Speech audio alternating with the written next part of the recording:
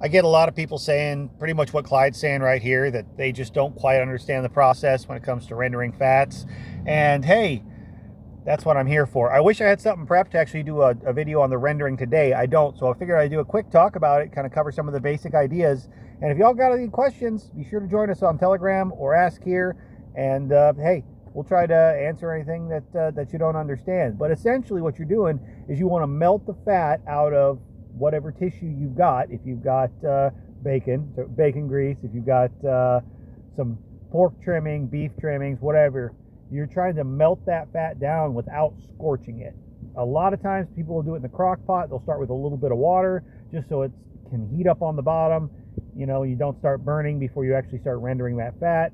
You're wanting to do this low and slow.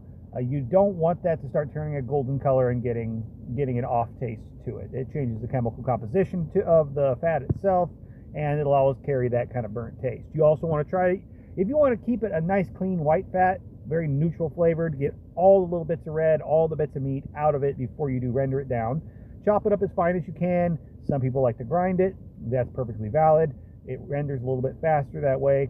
The really important thing is, if you want to store it long term, especially if you're trying to store it not refrigerated, get all the water content out of it. Get it as pure as possible. So usually it's like that little quarter cup of water you start with will have cooked off by the time you've got everything done.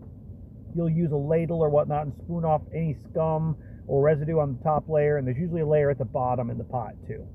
So I usually will run that through some cheesecloth, kind of strain it out. You'll throw it in a container, maybe refrigerate it, let everything solidify. Usually I pop it out of that container too, and if there's any impurities, it'll have settled on the bottom or top layer, and you can just scrape those off. At that point, if you want to, you can actually take that and render it again if you want a really fine product. But like I said, the main points are just get it hot enough to melt down and fully melt out of the tissue, but not so hot that it starts to burn. You don't need to go any longer than that. Try to get all the water out.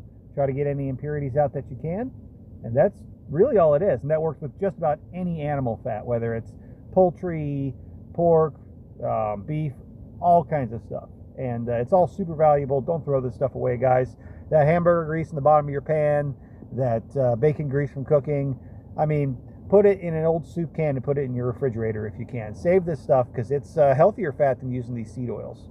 All right, guys. Talk to y'all later. You got any more questions or ideas or thoughts on stuff like this? Hit me up. That's what the channel's about.